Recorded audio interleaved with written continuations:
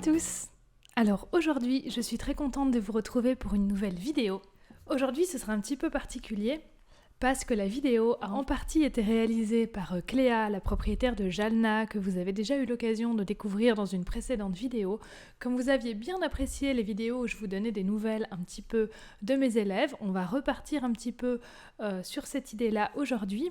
Vous aurez surtout des nouvelles de Jalna et en seconde partie des vidéos, voilà, quelques petits extraits avec Caresse, Abantos et également notre cher ami Dexter. Je vous invite avant de regarder cette vidéo à regarder la première vidéo où je vous parlais un petit peu de Jalna et de sa propriétaire, du travail qu'on entreprenait ensemble. Une jument qui avait le regard assez fuyant et qui avait notamment une peur bleue de tout ce qui était bruit approchant d'une tondeuse. Et donc c'est pour ça qu'on avait commencé le travail au niveau de l'habituation avec une brosse électrique qui faisait un petit peu le même son. Vous allez revoir dans cette vidéo les premières étapes au niveau de l'habituation qu'on a faites ensemble. Donc ça, c'est un résumé rapide du cours que je vous avais commenté dans la vidéo ici en lien. Et ensuite, vous allez voir le travail que Cléa a pu continuer à faire, toujours sur la même idée, aller au rythme de Jalna, se reculer dès que la tension monte un petit peu, avant que la jument commence à passer en fuite ou en inquiétude. Et évidemment, toujours avoir un cheval qui vient vers l'objet et pas nous qui allons vers le cheval.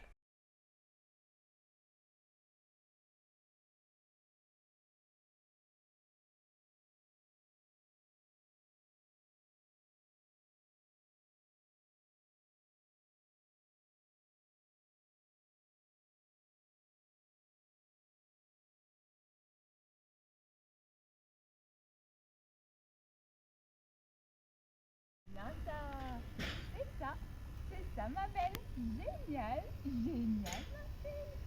Tu pouilles. Ouais, t'as rien, t'inquiète. Voilà. Ah, c'est ça, très bien, oui. Bravo. Ça ma belle, vas-y, bravo. Trop bien, regarde, c'est génial. Ben oui. Regarde là-bas, elle se fait brosser, c'est parfait. Ça lui fait rien? Bah non. Super. C'est bien ça, ma belle. Génial. Ouais. Tu pousses. Ouais. C'est ça. Ouais. Très bien. Tu l'as pas touché? Ouais. Bravo, ma fille. Super. Super ça. Très bien. Très bien.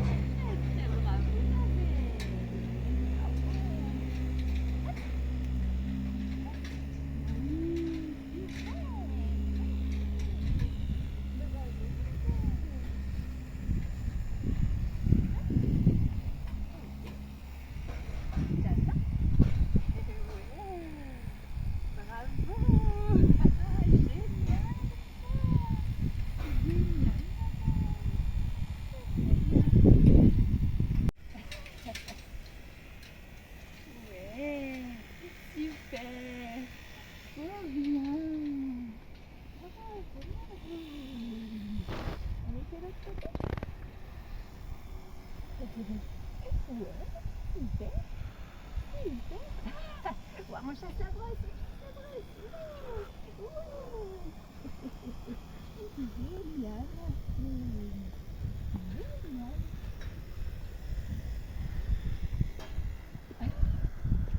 Je vais réussir à passer de l'autre côté, je me fais apercevoir. Ouais, elle est trop bien cette brosse. Ah, elle est trop bien cette brosse.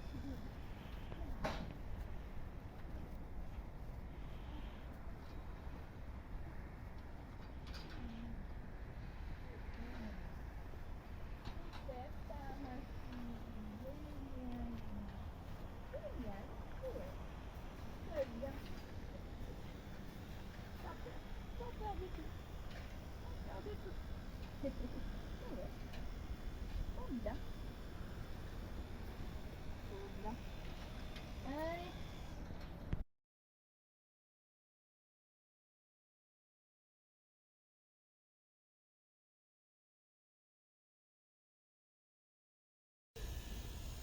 Tiens, carotte gratuite par ici. Carotte gratuite. Ouais. Trop fort. Trop fort. Génial, ça ma belle. Génial, ça ma belle. On va regarder. Allez, allez. Tiens.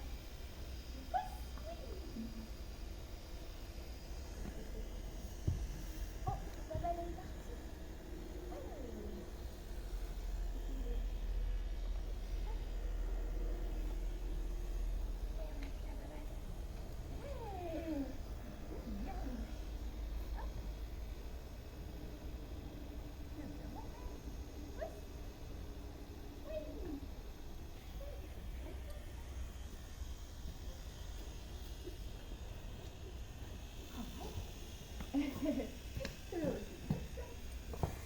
Bravo. Oui, oh là là. On est trop fort. Regarde cette brosse, elle est trop drôle, elle donne des carottes. Oui, bravo. Carottes gratuites, rien qu'avec cette brosse. Oh là là, c'est magique. Oh ouais, c'est magique. Oh bah ouais. Bien, là, c'est juste ça. Hop.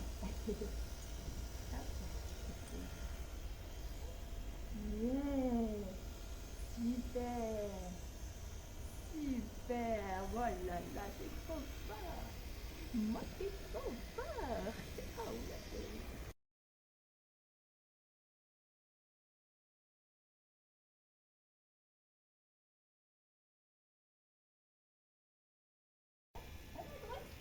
Alors, ça donne quoi? Oh ouais. Oh, bravo. Super, super. Oh ouais. Trop fort. Oh ouais. Super. Bravo, ma belle. Ouais. Ouais. C'est ça, voilà. C'est ça. C'est bien ça.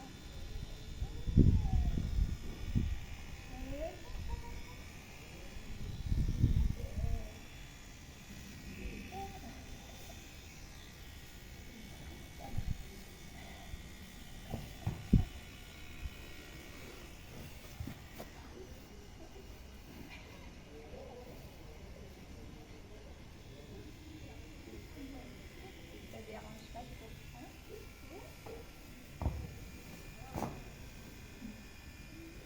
Super. Super, ça la marche. Ouais. D'accord. Ouais, très très bien, ça mon frère. Ouais. Tu vois, ça fait rien. Bah oui. On va mettre ça. Super. C'est bien. Ouais. Super, ma fille. Ouais. Ouais. Ok, ma grosse. Ok. Tu es prête à aller te coucher là? Voilà. Oui. Super. Hop. Ouais. Génial. Tu vois, c'était ça. Super, ma grosse. Super. Ah, c'est top. C'est top, ma fille. Bravo. Bravo. Ce que tu veux, que tu arrives à voir que c'est ça. Voilà. Parfait. Là, on se pose là. Oui, bravo, ma belle. Ta, ta, ta.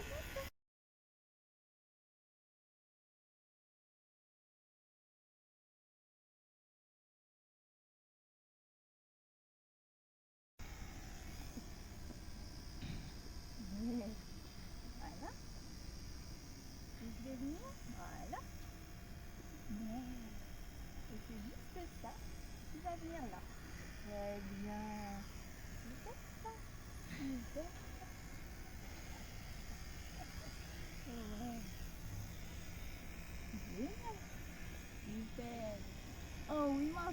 bravo. C'est trop fort. Bon, vas-y, comme ça. Super. Bravo, ma grosse. Ouais. Voilà.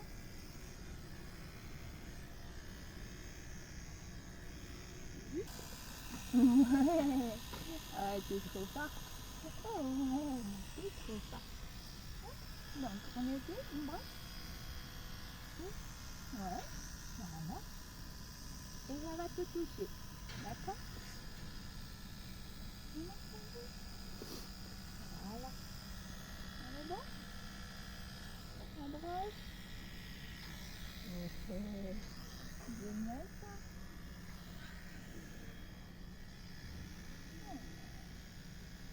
Super.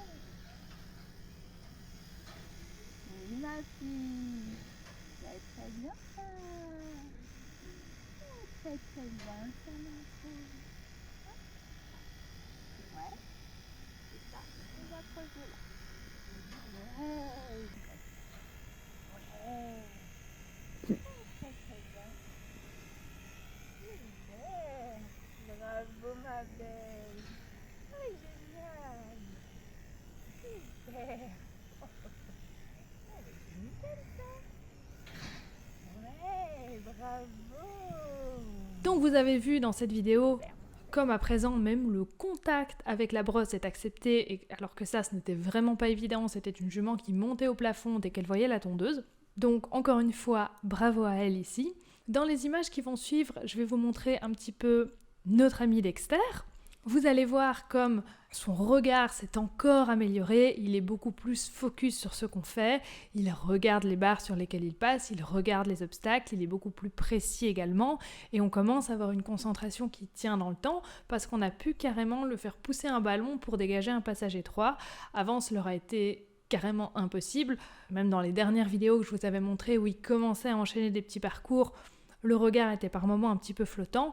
Ici, on a vraiment un regard qui reste du début à la fin. Et ça, c'est vraiment super. On a un cheval qui s'exprime beaucoup plus, qui ose pousser des objets un petit peu plus gros. On l'avait vu la dernière fois avec la planche, ici maintenant avec le ballon. Il est beaucoup plus ouvert. Et j'en profite pour vous parler d'une étude très intéressante qui a été relayée par Sophie Côté, qui nous parle que le type d'écurie, le type d'hébergement du cheval, donc en boxe avec peu de sorties, ou au contraire en prairie ou en stabulation où le cheval a un mouvement beaucoup plus libre, et bien tout ça, ça influence comment le cheval va réagir à la nouveauté et comment il va interagir avec l'humain. Et c'est très intéressant parce que dans les deux cas, par rapport à un objet impressionnant, on va avoir la même peur chez les deux chevaux, quel que soit leur milieu de vie. Donc ça veut dire que vraiment, l'environnement ne va pas transformer la mémoire émotionnelle. S'il y a une peur par rapport à quelque chose, il y a une peur avec quelque chose. Pour ça, il faudra vraiment travailler sur cette émotion. Par contre, la réponse comportementale va être différente. C'est un cheval qui est dans un environnement actif, qui peut sortir, qui peut bouger. Les chevaux vont beaucoup plus explorer, interagir avec l'objet qui les inquiète, alors que dans un environnement comme le box, un environnement beaucoup plus fermé, les chevaux vont beaucoup moins explorer. Et pourquoi cette différence ? Parce que les chevaux qui sont comme ça enfermés, ils mobilisent beaucoup plus de ressources pour régler un stress chronique lié à un environnement qui ne remplit pas leurs besoins. Donc ils ont moins d'énergie pour explorer, alors que les chevaux qui sont bien ont beaucoup plus d'énergie pour venir explorer, pour venir analyser. C'est pour ça aussi que je dis toujours, on ne peut pas commencer à travailler tant que l'environnement du cheval n'est pas correct, ne remplit pas ses besoins, parce que le cheval n'a tout simplement pas la tête, pas l'énergie à ça. Et on le voit, surtout c'est très flagrant avec Jeanna, parce qu'elle n'a pas ce côté renfermé.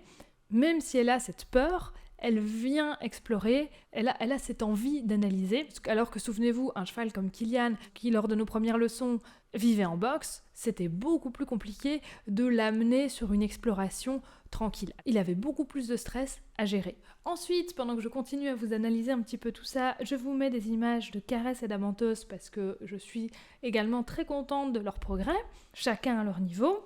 Abentos, depuis le passage de l'acupuncteur, je vous avais dit qu'il était beaucoup mieux dans son corps. On a fait quelques petites séances de complétion aussi cet hiver quand il y avait un petit peu des tensions, je vous avais montré des petits extraits. Et là, je le trouve vraiment de mieux en mieux, notamment au galop en balade. Et monter en piste, ça faisait un petit moment que vous voyez moins de vidéos parce que justement, il n'était pas très à l'aise, même au niveau des allures en balade. Maintenant, ça va beaucoup mieux. Également, je le trouve de plus en plus posé dans sa tête, alors ça je vous le dis à chaque fois, mais je trouve que vraiment à chaque séance, je trouve qu'on progresse encore un petit peu plus, notamment vous allez le voir ici avec un exercice avec des barres en cercle. C'est quelque chose qui avant lui aurait mis beaucoup de pression, dès qu'il y avait des barres, dès qu'il y avait des allures, et d'autant plus en cercle. Le longer, c'était clairement une panique, alors ça, on arrivait maintenant à venir le longer sans plus de stress, mais là, combiner ça avec des barres qui viennent en plus très vite et qui sont très rapprochées, c'est quelque chose qui n'était pas encore aisé. Et ici, je suis vraiment contente parce qu'on voit comme il se concentre, il ralentit même parfois un petit peu pour venir trouver sa foulée, alors qu'avant, il serait littéralement passé à travers tout, et puis surtout, il serait venu tendre sa longe pour venir prendre la tangente et sortir des barres. Alors qu'ici, il ne cherchait absolument pas à sortir des barres.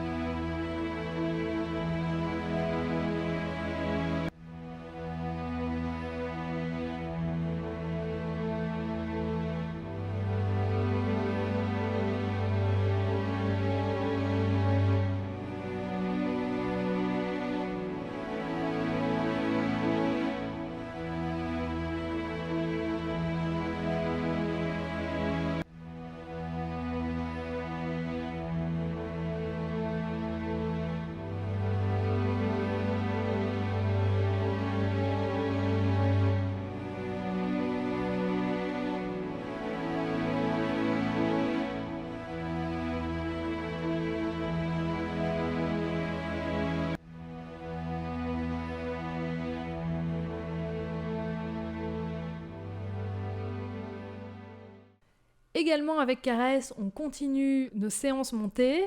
Après un hiver où on a un petit peu moins monté, vu les conditions météo, ici, voilà. Je la trouve vraiment de plus en plus belle en dressage. J'avais appris beaucoup de choses, notamment avec Magali Delgado quand on avait fait le stage cet automne. Ici, on est vraiment dans cette lancée. On a une jument qui garde une belle mise en main, un petit peu plus haute, qui est beaucoup plus à l'aise dans son corps, qui se tient vraiment beaucoup mieux d'elle-même. Et puis devant les barres, je la trouve beaucoup plus posée également. On avait beaucoup travaillé ce calme devant les barres, mais même si elle était calme, je la trouvais quand même toujours un petit peu moins avec moi quand on était sur les obstacles. On était un petit peu moins dans ce dialogue parce qu'elle était concentrée sur la barre à sauter. Là maintenant, même devant la barre, je sens encore qu'on arrive à avoir ce dialogue et sans avoir besoin de passer par le contrôle du physique, par reprendre mes rênes, etc., je peux lui demander, juste par mon énergie, juste par mon mental, de venir remettre une foulée, de venir ralentir un petit peu devant la barre et de passer dans le calme. Alors qu'avant, des choses aussi subtiles que ça, c'était un petit peu compliqué parce qu'elle n'était pas aussi réfléchie devant la barre, aussi posée. Et le fait qu'elle soit beaucoup plus posée, elle est aussi beaucoup plus dans la globalité de l'exercice. Calme avant le saut, venir sauter, calme après le saut. Alors qu'avant, elle était un petit peu surprise par chaque chose qui venait. Ah, il faut faire ça avant le saut. Ah, non, il faut sauter. Et après, qu'est-ce que tu me demandes ? Et ça, c'est vrai que les chevaux, on dit, ils sont beaucoup dans l'instant. Ils apprennent en effet beaucoup par essai-erreur. Quand on demande un exercice, ils n'ont pas un plan clair comme nous dans leur tête de « Ah oui, on va faire ça pour faire ça ensuite. Le but de l'exercice, c'est ça. » Ça, c'est quelque chose qu'ils ne comprennent pas forcément. Par contre, il y a quand même un certain besoin de comprendre la globalité de l'exercice, surtout quand ils sont beaucoup plus posés, plus réfléchis dans leur tête, ils arrivent à anticiper aussi un petit peu plus. Et c'est pour ça que ce soit monté ou à pied, faire des trop petites étapes dans les exercices, trop séquencer les choses, ça peut blaser aussi un petit peu le cheval. il faut parfois le faire un petit peu sur un exercice complexe pour que le cheval puisse comprendre ce qu'on attend de lui, ce qu'il ne peut pas faire comme ça tout de suite, puisqu'il ne peut pas faire un plan global dans sa tête. Mais si on est juste sur la mobilisation du corps pour découper un exercice, sans pousser à la réflexion sur un mouvement global, on a des chevaux qui peuvent s'ennuyer très vite. Comme avec le 8 de chiffres, je vous avais expliqué cet exercice en liberté, je montre assez vite à mes chevaux l'ensemble du mouvement. On fait un contournement de cône, un deuxième contournement de cône, mais très vite je viens enchaîner les deux. Sinon on est trop vraiment sur du surplace et sur quelque chose qui va très vite les ennuyer. Idem quand on avait fait le mur de carton à pousser, ça c'était un exercice qui était vraiment pas facile parce que justement, ils n'avaient pas l'idée de traverser le mur au début. Il n'y avait pas cette vision globale. C'était juste, je pousse les éléments, ok, je pousse les éléments, et puis après, si tu me demandes d'avancer, je vais avancer.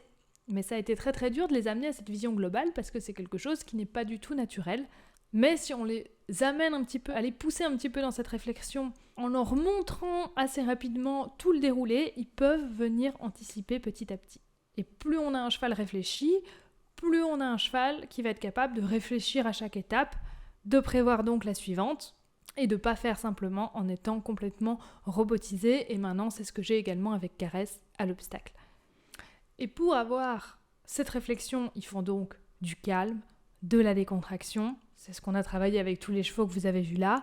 Et je veux de la vraie décontraction, pas de la fausse décontraction. C'est-à-dire que le cheval baisse la tête parce qu'on lui a donné un code pour qu'il baisse la tête, parce que on donne un bonbon à ce moment-là, on a mis beaucoup de joie à ce moment-là, mais c'est pas forcément du vrai relâchement qu'il y a derrière.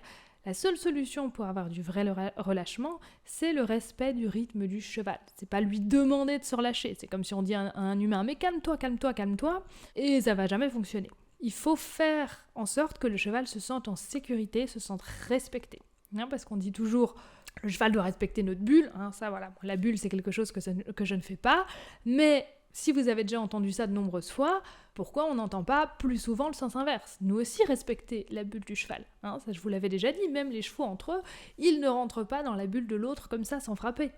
Ils négocient et c'est à chaque fois renouvelé. C'est pas « tu m'as laissé rentrer dans ta bulle hier, donc aujourd'hui c'est bon ». Et nous, ça doit être pareil avec notre cheval. C'est pas parce que hier, ça s'est super bien passé, qu'il avait super envie d'être proche de nous, que le lendemain, il a cette même envie et qu'il faut oublier de poser la question.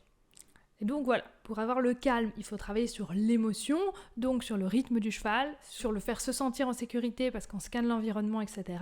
Et pas juste sur bêtement renforcer un mouvement. Et ça, de manière globale, il faut faire très attention par rapport à ce qu'on renforce pour le cheval. Parce qu'on peut très vite faire au final des associations qu'on ne voulait pas faire. Le cheval va associer très très vite des choses entre elles. Et donc ça, il faut faire très attention à ce qu'on renforce. Par exemple, un cheval qui vous fuit au pré quand vous arrivez, si le cheval fuit, que hop, du coup vous allez chercher une carotte, vous vous approchez avec une carotte pour l'attirer et que du coup il vous laisse venir, vous lui donnez la carotte et du coup vous lui mettez le licol, qu'est-ce qui risque de se passer ? C'est que systématiquement il va se dire « pour avoir une carotte, d'abord je m'en vais et puis elle vient me chercher avec la carotte ». De nouveau, quand il y a une fuite comme ça, il faut travailler sur cette négociation, sur cette émotion qu'il y a là derrière pour venir faire redescendre le cheval par rapport à son stress. Il faut travailler sur cette émotion-là et pas juste sur le comportement qui est visible. Et puis surtout, si vous voulez récompenser, alors récompensez quand c'est le cheval qui vient vers vous. Pour qu'il associe justement le mouvement de venir vers vous avec ce bonbon et pas le mouvement de s'éloigner et de vous qui venez ensuite récompenser. Idem, quand le cheval a très très peur de quelque chose, peur de passer dans une flaque, sur un objet inconnu, si vous venez à ce moment-là le pousser, ça je vous l'ai dit plusieurs fois, que vous venez le pousser, le forcer, l'obliger, vous venez rajouter de la peur.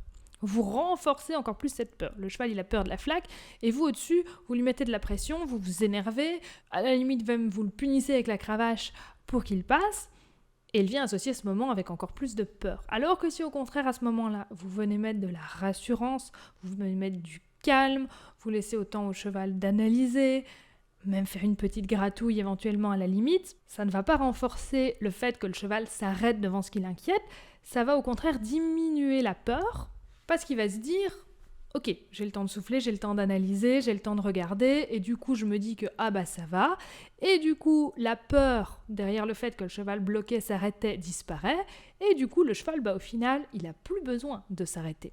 On donne donc, de la confiance au cheval en venant avec cette approche retrait par rapport, dans l'exemple de ma flaque par exemple. Mais de nouveau, tout ce qui est bonbon, voix de félicitations, c'est une fois que le cheval a passé. On vient pas récompenser évidemment quand le cheval s'arrête, on vient offrir de la rassurance, on vient faire de l'approche retrait, on va travailler sur cette émotion, on va venir offrir du calme au cheval, mais on ne va pas venir mettre notre voix de félicitation, notre bonbon, parce que l'exercice n'est pas fini. Souvenez-vous, la voix de félicitation, c'est la voix qui relâche et qui indique que c'est fini.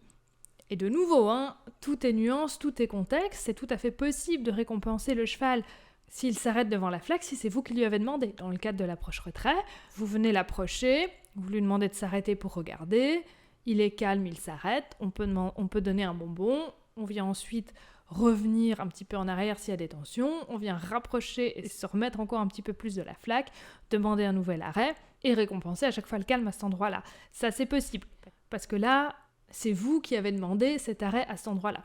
Par contre, si c'est le cheval qui bloque et qui vient s'arrêter, déjà c'est signe que vous avez été probablement un petit peu trop vite.